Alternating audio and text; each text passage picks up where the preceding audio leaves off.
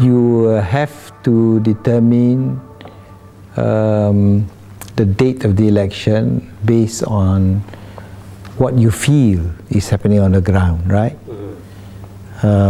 Or alternatively, based on the economic climate of the country. But as things stands, I think you have to base on public reaction. And of course, the best yardstick is the results of by-elections. Of course, by going by Ulu Selangor, Barisan Nasional feels very happy with the results of the by-election in Ulu Selangor because they won.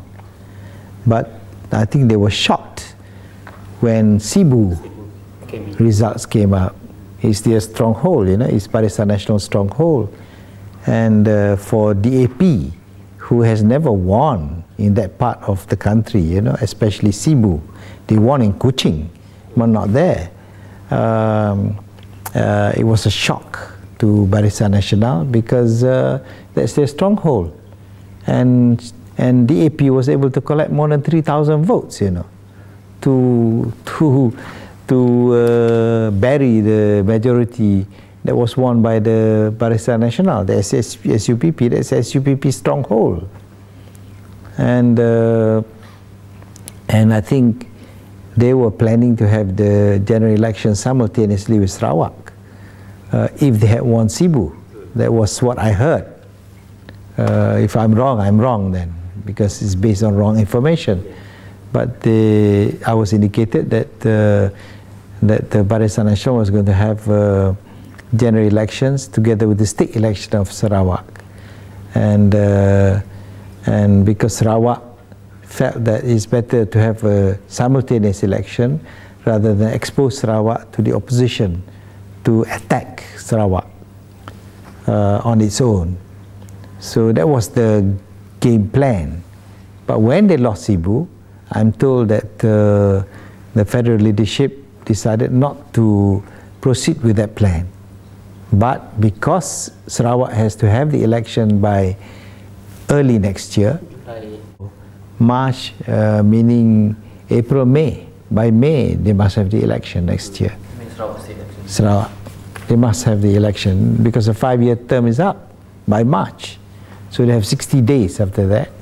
So May is the latest time they must have. So I think they want to have they must have the election then.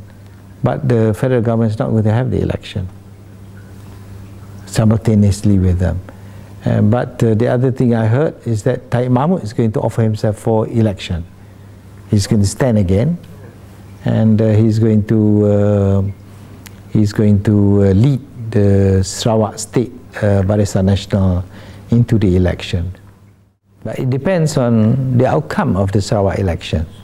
If the Sarawak election goes against the Barisan Nasional, I think we are done for. But if the Sarawak election results is not in favor of Barisan Nasional, but Barisan Nasional Sarawak still retains control of Sarawak, then I think we're going to be adversely affected in Sabah, and we're going to be adversely affected here. But if we win resoundingly in Sarawak, then we are safe here. We are safe here, we are safe in Sabah. If, like I said just now, if Sarawak does well, then I think the general election will be held very early, maybe 2012, early 2012. But if the Sarawak election results prove to be unfavorable or not in favor of Barisan Nasional, then I think you can expect the elections to be held either late 2012 or early 2013.